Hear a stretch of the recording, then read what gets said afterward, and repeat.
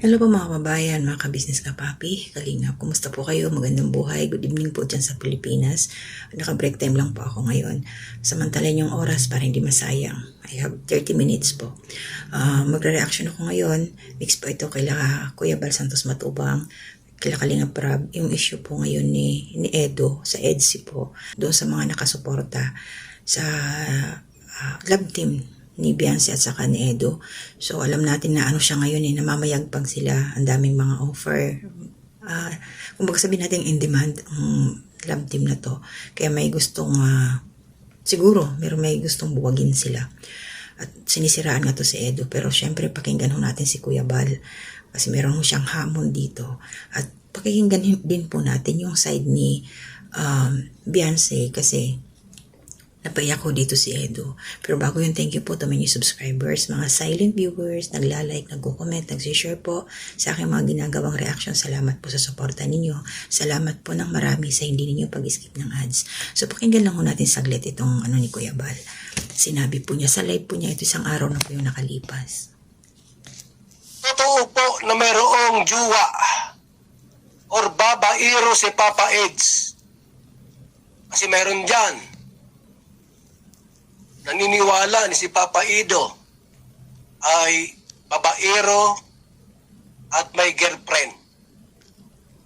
Ilabas ninyo! Yun.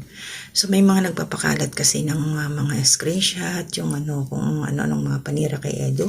So ayan, naghamon si Kuya Bal. Magbigay silang ebidensya. Tuloy natin. Yung mga nagsasabi dyan na si Papa Edo babaero, may juwa, ilabas ninyo.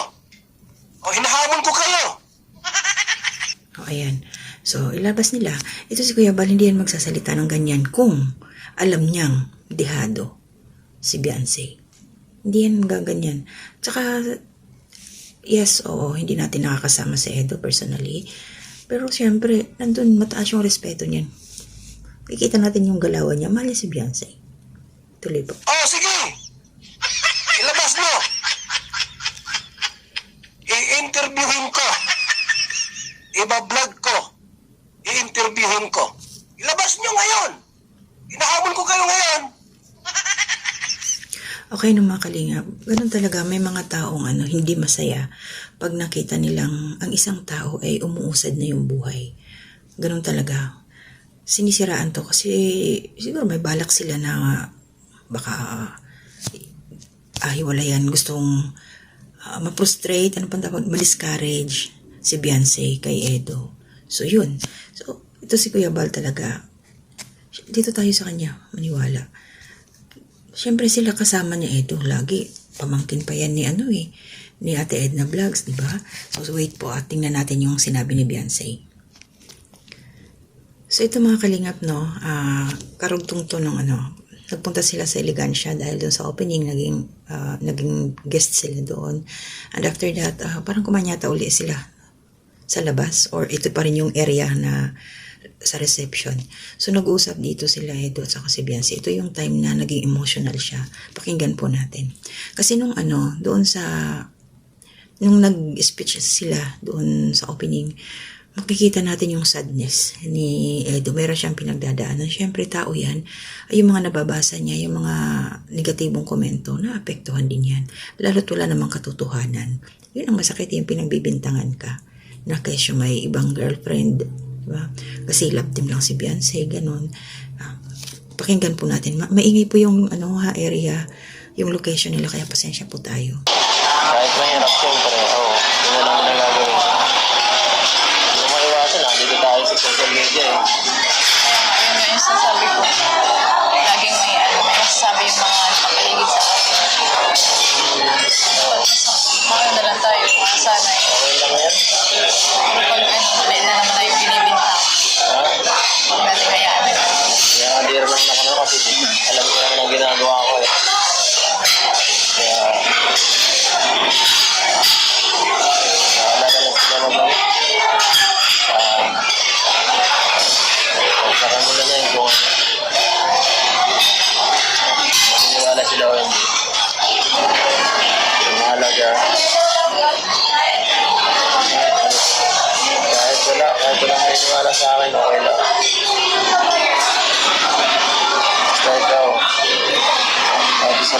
Ito lang, okay lang sa akin. Messed up yung mundo. So yun sabi nga ni Edo, kahit walang maniniwala sa kanya, kahit isa lang, lalo't si Beyonce, okay na sa kanya. Tuloy po. Alam niyo, mapapansin niyo dito mga kalingap, talagang malalim na yung pinagsamahan nila.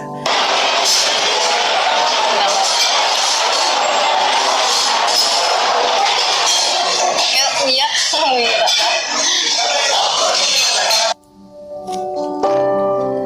Okay, ito yung portion na umiyak na naging emotional sa Edo kasi nga, sinabi nga niya dito na kahit isa lang maniwala sa kanya, kahit si Beyonce lang. At sabi naman ni Beyonce, oo naman, naniniwala siya kay Edo. So, ito na yung time na napaluha siya. Kasi mararamdaman natin yung sincerity ni Edo. Although sinisiraan siya, hindi niya kayang lukuhin ng ganun si Beyonce. Alam naman natin yung, Diyos mo, yung pagpapalit niya pa ba yan? Ang ganda-ganda ng bata, ang bait pa, ang sipag pa, marunong sa buhay, makapamilya. Saan ka pa? Tuloy po natin. Umiyak na umiyak. So, napaiyak si dito si Edo. Yun, naging emotional lang siya. Masaya yun siya, kaya naluha dahil nga nandiyan si Beyonce nakasuporta sa kanya. Laging, sabi nga katabi niya palagi. Saka pa ba sila susuko? Malayo-layo na nga daw ang kanilang narating. Dali po.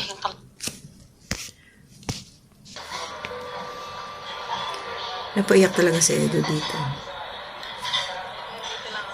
Yan, nandito lang ako. Okay. Tama. Susuko pa ba kayo habang na nang narating nyo? Hayaan nyo yung mga bashers. Tama. So, ang galing ni Beyonce ng mga kalingap. Napaka-positibo niya mag-isip.